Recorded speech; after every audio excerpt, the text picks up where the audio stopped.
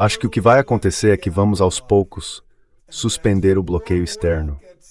E à medida que mais petróleo sair do Golfo Pérsico por causa da suspensão do nosso bloqueio externo pela Marinha dos Estados Unidos, o nosso lado vai levar o crédito por isso.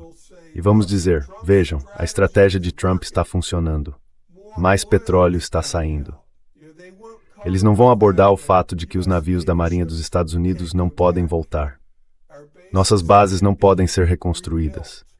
Não dá para reconstruir essas bases apenas com o que se descarrega de um C-17. Nossos navios, carregados de material de construção para reconstruir bases, não vão poder voltar para lá.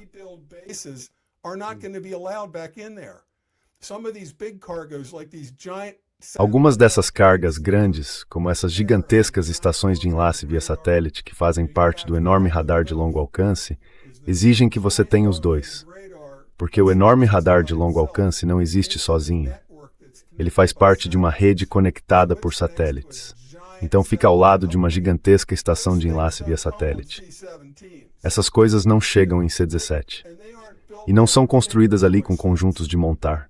Isso chega num navio grande, é içado para a terra por guindaste e levado até o lugar. E isso não vai acontecer. Eles não vão voltar para o Golfo Pérsico. Estamos sendo empurrados para trás. Isso não é coberto pela imprensa americana, mas o resto do mundo vê isso.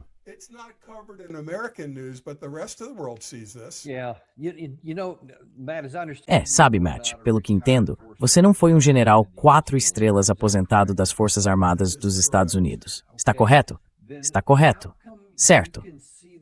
Então, como é que você consegue enxergar isso com tanta clareza?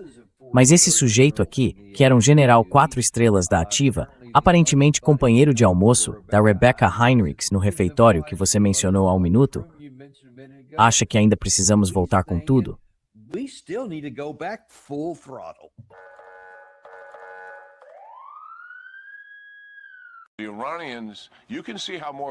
Os iranianos, dá para ver como estão se tornando mais agressivos em suas exigências diplomáticas a nós, quase pedindo que nos rendamos. Acho que o caminho que eles vão seguir, sendo muito agressivos diplomaticamente, será também se tornarem muito agressivos de forma violenta. O presidente Trump tem todas as opções em suas mãos. Ele pode tomar uma grande ação militar a qualquer momento que quiser para acabar com esses caras. Pode fazer isso ao longo de alguns dias. Pode fazer em menos tempo do que isso. Ele tem enormes opções, está muito ciente de tudo isso e veremos o que acontece. Eu realmente acredito que a única maneira de o Irã atender às nossas exigências é termos de forçá-los.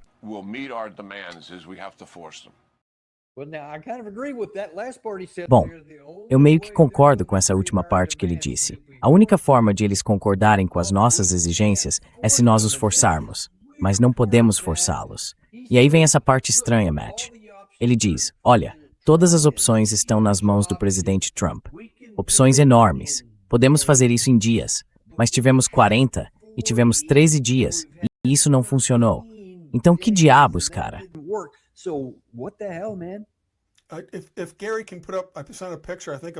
Se o Gary puder colocar uma imagem, eu acho, de um B-52, e é uma comparação sobre lançar bombas convencionais, isso. Diz, lembram quando lançamos 3 vezes mais toneladas de bombas sobre Vietnã, Laos e Camboja do que lançamos sobre a Alemanha e toda a Europa ocupada na Segunda Guerra Mundial, e então vencemos a Guerra do Vietnã? Não vencemos. Então, naquele mapa no canto, o Vietnã do Sul, pelo qual lutamos durante a maior parte de uma década, tem apenas o tamanho daquela área bem em volta do Estreito de Hormuz. Eles podem disparar mísseis de qualquer parte do Irã que alcance aquele arco, ou de qualquer uma das ilhas, ou de qualquer um dos estados do Golfo, do outro lado do Golfo Pérsico. Durante a Guerra do Vietnã, nós fazíamos aqueles B-52 voarem de ida e volta à vontade.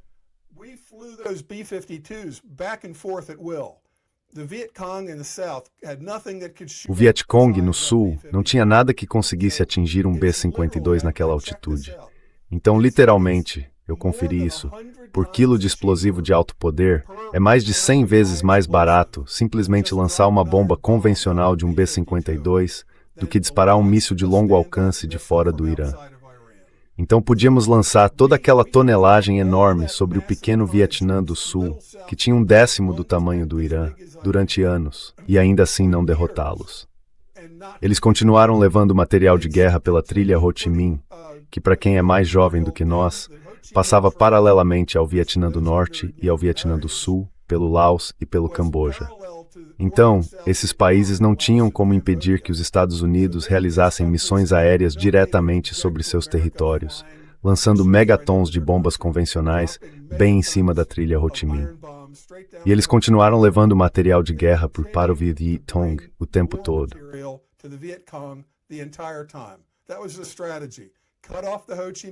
Essa era a estratégia, cortar a trilha de Ho Chi Minh e o Viet Cong ficaria sem RPGs, foguetes B-40 e tudo mais, minas.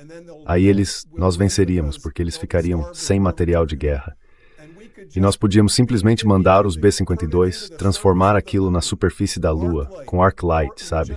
Um bombardeio de saturação, literalmente. Uma cratera se ligava a outra e ainda assim não conseguíamos fazê-lo se render. E o Irã é 10 vezes maior. Eles têm defesa aérea, ao contrário do Viet Cong. E até os norte-vietnamitas tinham alguma defesa aérea em torno de Hanoi. Então eles derrubaram alguns B-52, obviamente, mas não o suficiente para nos parar. Eles não nos fizeram abandonar a campanha de bombardeio, porque tínhamos prisioneiros de guerra no Hilton de Hanoi.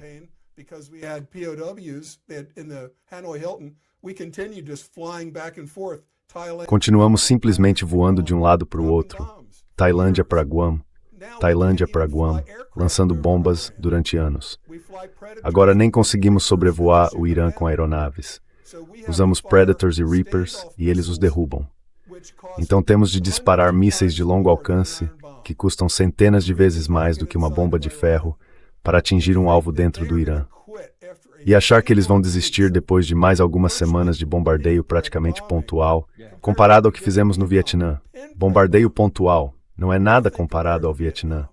Se você contasse o peso das ogivas de fato, o que vai num Tomahawk? Algo como 100 quilos ou coisa assim de ogiva. Isso equivale a quê? Algumas bombas de 500 libras lançadas de um B-52. Um B-52 atrás do outro, dia e noite, durante anos.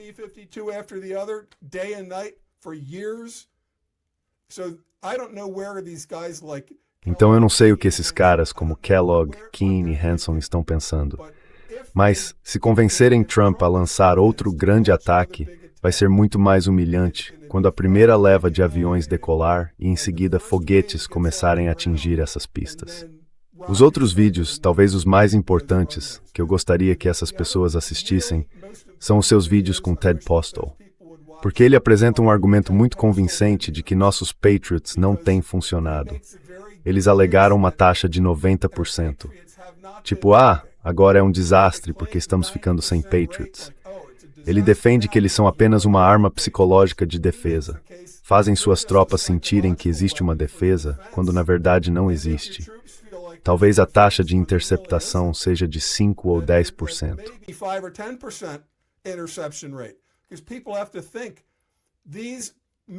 As pessoas precisam pensar no seguinte: esses mísseis estão vindo para baixo. E é muito interessante usar os termos que ele usa. 4 km por segundo. E o interceptador está subindo a 1,5 km por segundo.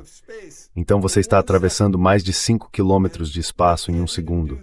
E nós nem conseguimos fazer isso. E os iranianos ainda acrescentam o hipersônico. É como um propulsor de reentrada, para fazê-los ir mais rápido.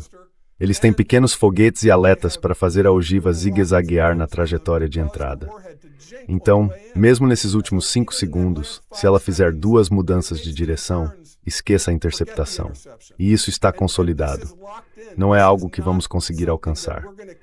E o motivo é, e esta é uma analogia minha, que sempre vai ser mais barato disparar uma bala do que desenvolver uma super bala capaz de interceptar uma bala em voo.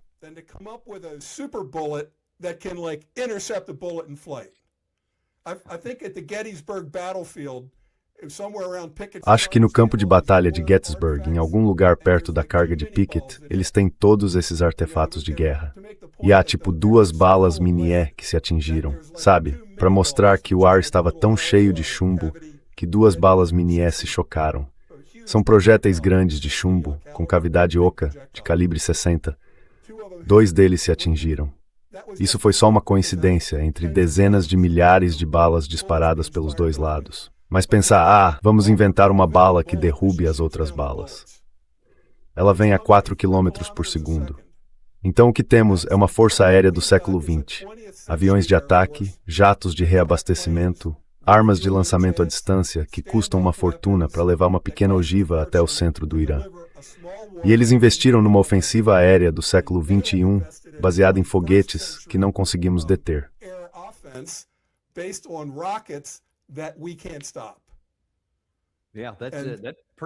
Sim, isso resume muito bem a situação.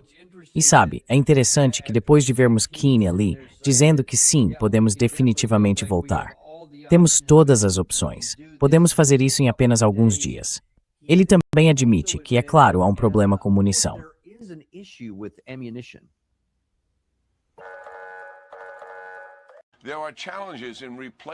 Há desafios para repor o estoque que estamos usando. Essa é uma questão importante e pública. O Congresso está muito envolvido nisso, assim como o subsecretário de guerra todos os dias. Mas em termos de conseguir conduzir uma guerra com armas ofensivas e de conseguir nos defender dos iranianos, podemos fazer isso com bastante eficácia.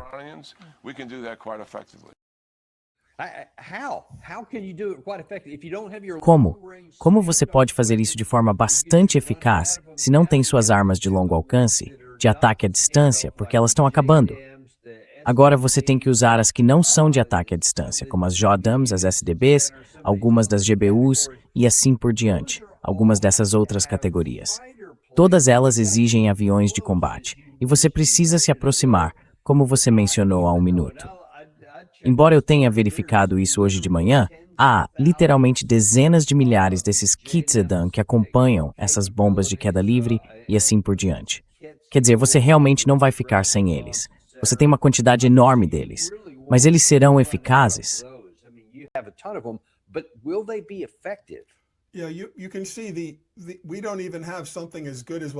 Dá para ver que nós nem temos algo tão bom quanto o que os russos desenvolveram, que são essas bombas planadoras.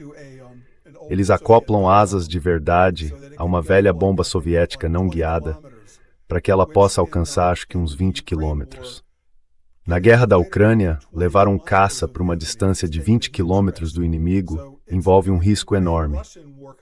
Então, no contexto da guerra entre Ucrânia e Rússia, o fato de eles conseguirem sequer lançar essas bombas planadoras, ou seja, de levar seus aviões de ataque a 20 quilômetros do inimigo, mostra que eles estão se aproximando perigosamente, que conseguem voar com aeronaves tão perto da Ucrânia. Mas o Irã é gigantesco. O Irã é enorme. Tem o tamanho de 6 Colorado, certo? Quer dizer, é enorme. É mais de 3 vezes maior que o Iraque. Então, entrar no centro do Irã e lançar uma JDAM, mesmo sem asas de bomba planadora, pode aumentar um pouco o alcance.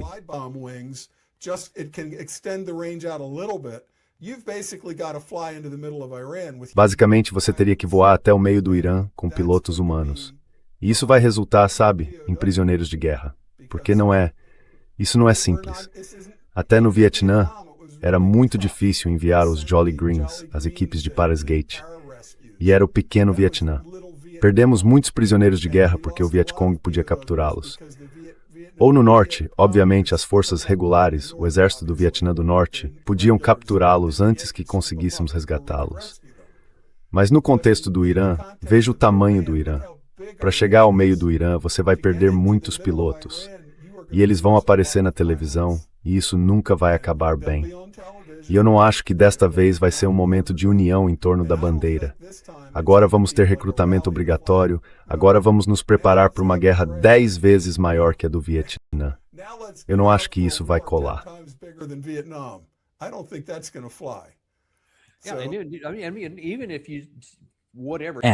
E mesmo que você, sei lá, decidisse fazer isso de qualquer jeito, não vai ter tempo para isso, porque isso levaria tempo. Para sair de onde estamos agora, que é basicamente parados, sem preparo algum, e sequer pensar em ter de convocar pessoas, e aí o quê? Você vai mandá-las para aquelas montanhas e simplesmente deixar que morram em grande número? Quer dizer, eu nem vejo que isso resolveria. E durante todo o tempo de preparação, até para chegar a esse ponto, o Estreito de Hormuz vai estar fechado, e nossa economia não vai conseguir sobreviver a isso. Quer dizer, acho que agora já estamos chegando ao limite de até quando essas coisas podem ser mitigadas. E aqui, provavelmente nos próximos, é a SPR se esgotando. Isso é finito. The SPR running out, that's finite. Then the SPR is not only like how much. E a SPR não é só, tipo, quanto combustível temos para fornecer aos nossos militares.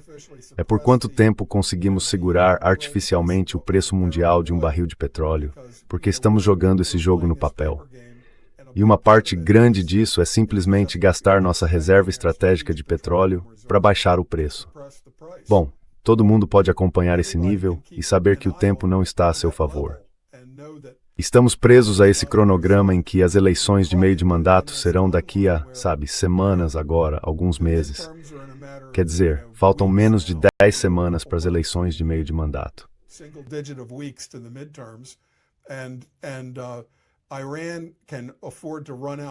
E o Irã pode se dar ao luxo de deixar o tempo passar e jogar, na defensiva, desacelerando o jogo, fazendo corda por muito tempo, enquanto nós nos aproximamos do ponto de colapso dessas cavernas de sal. Então, simplesmente não temos tempo infinito. Minha analogia é esta: é uma luta numa caverna entre mergulhadores. Estamos lutando com cilindros de ar nas costas, e o outro cara pode ter mais ar no cilindro dele. Então você tem que fazer alguma coisa ou sair da caverna. Não dá para lutar assim para sempre, porque o tempo é um fator-chave nisso, o tempo em si.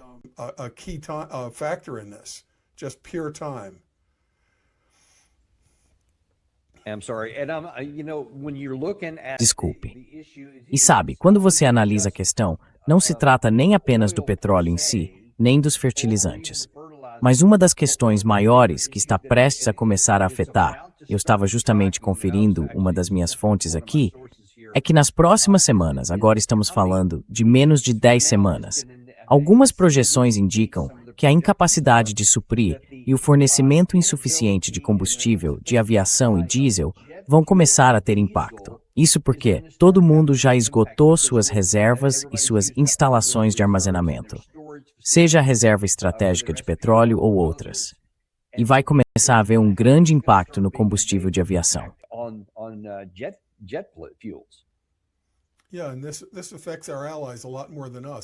Sim, e isso afeta muito mais os nossos aliados do que a nós. Então, até na Europa, coisas como combustível de aviação, você simplesmente não consegue produzir porque quer.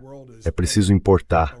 E todo mundo no mundo está pagando um preço real, não apenas um preço no papel, pelo combustível de aviação entregue.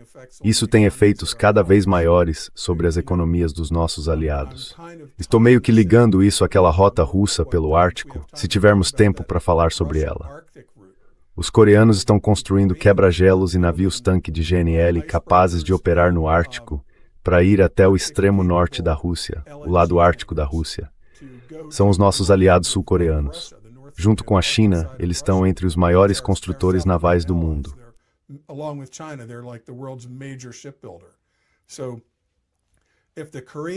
Então, se os coreanos estão se precavendo ao construir navios para ir ao Ártico Russo, você precisa ser amigo da Rússia, porque a rota passa por... Você pode ver que algumas dessas rotas atravessam diretamente ilhas russas. Então, isso só vai estar aberto a amigos da Rússia, não amigos dos... não vai estar aberto aos americanos. Do outro lado, naquela rota vermelha, nós nem temos quebra-gelos capazes de fazer alguma coisa ali. Os russos têm esses super quebra-gelos. Então, países como Japão e Coreia estão apenas olhando para o futuro e sendo realistas. Eles conseguem ver que nós não somos capazes nem de defender nossos aliados do Golfo, que toda a base da nossa presença no Oriente Médio era defender nossos aliados do Irã. E nós não conseguimos fazer isso.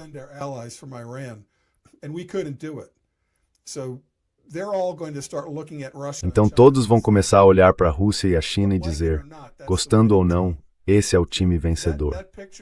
Aquela imagem ali mostra a rota ártica russa. É uma projeção de Mercator, então faz a parte do Ártico parecer muito maior. Mas na realidade essa rota ártica russa é o atalho. Ela é mais curta do que passar pelo Suez. E quando o Suez está fechado, o que pode acontecer a qualquer momento, seja o Suez ou o Bab el-Mandab, qualquer um dos dois, e você não consegue passar pelo Mar Vermelho, tem que dar toda a volta pelo Cabo Horn. Isso é quase o dobro da rota ártica russa. E outra coisa sobre o Ártico russo é que agora eles têm esses super quebra-gelos. Eles podem explorar grande parte do gás, do petróleo e dos minerais que estavam inacessíveis lá em cima.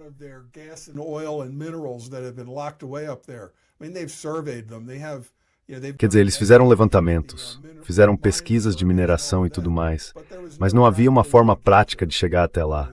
É longe demais para ferrovias, atravessando montanhas e áreas de permafrost. Mas se você consegue levar grandes navios até lá, pode construir esses projetos enormes na região e começar a explorar uma parte do Ártico siberiano russo que ficou ali inativa desde sempre.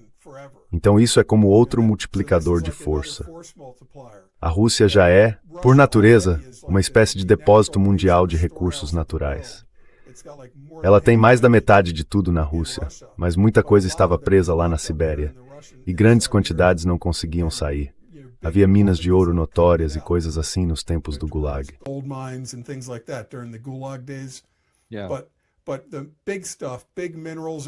Mas as grandes coisas, os grandes minerais que exigem grandes navios graneleiros, eles vão conseguir explorar isso.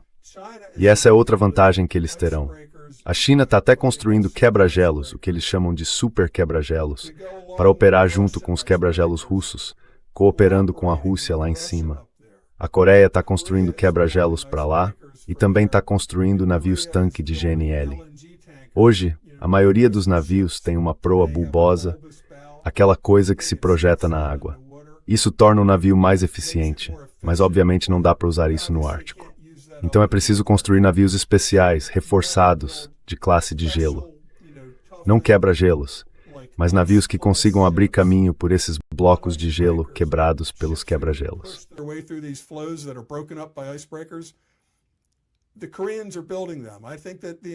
Os coreanos estão construindo isso. Acho que os japoneses também vão começar a prestar atenção nisso. Estamos realmente perdendo nossa influência. Na Ásia, as pessoas estão olhando para o que está acontecendo no Irã e dizendo, nossa, esses caras não conseguem nem lidar com o Irã. Como vão lidar com a China e a Rússia juntas? Não conseguem, de jeito nenhum. Então, temos que nos afastar lentamente desse time, porque no fim das contas, precisamos do petróleo. Precisamos do gás e dos fertilizantes. Não dá para simplesmente viver de promessas dos Estados Unidos. E à medida que isso acelera, o dólar, como moeda de reserva, vai desaparecer e perder força. E aí o que seremos?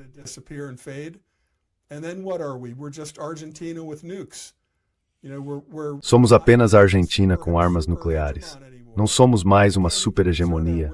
Não conseguimos nem impor nossa vontade ao pequeno Irã. Quero dizer, o resto do mundo sabe o que isso significa. E sabe, é muito paradoxal. O Irã pode ter nos feito um grande favor.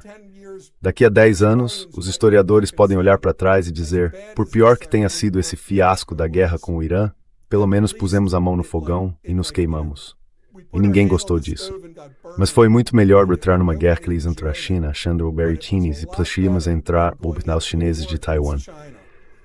Agora nem acredita nisso. Sim. Então uma notícia agora é que Taiwan vai começar a fabricar centenas de milhares de drones, como uma espécie de defesa do porco-espinho. Isso é muito válido para a Suíça e países assim. Simplesmente se tornar um alvo muito difícil de engolir, que não vale o custo. O problema é que Taiwan pode ser bloqueada. Eles podem tornar muito difícil uma invasão chinesa. É como se fosse 20 vezes maior que Okinawa, com uma população imensamente maior do que a de Okinawa, que foi a nossa batalha no Pacífico durante a Segunda Guerra Mundial. Faria Okinawa parecer pouca coisa.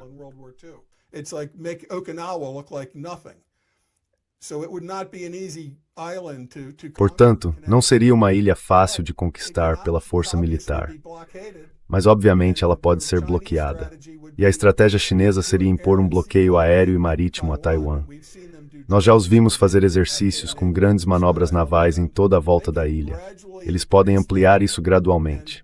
E na prática, a estratégia deles seria provocar os Estados Unidos a tentar romper o bloqueio. Ou permitimos que Taiwan seja submetida a um cerco e levada à rendição pelo bloqueio, ou fazemos o quê? Enviamos a Marinha dos Estados Unidos, que nem conseguiu entrar no Golfo Pérsico. Sabe, eu não tento convencer você a comprar ouro, nem dizer como administrar sua carteira de ações, mas há uma forma de nos ajudar. Inscreva-se, aperte o botão de curtir e compartilhe isto com alguém que você ama.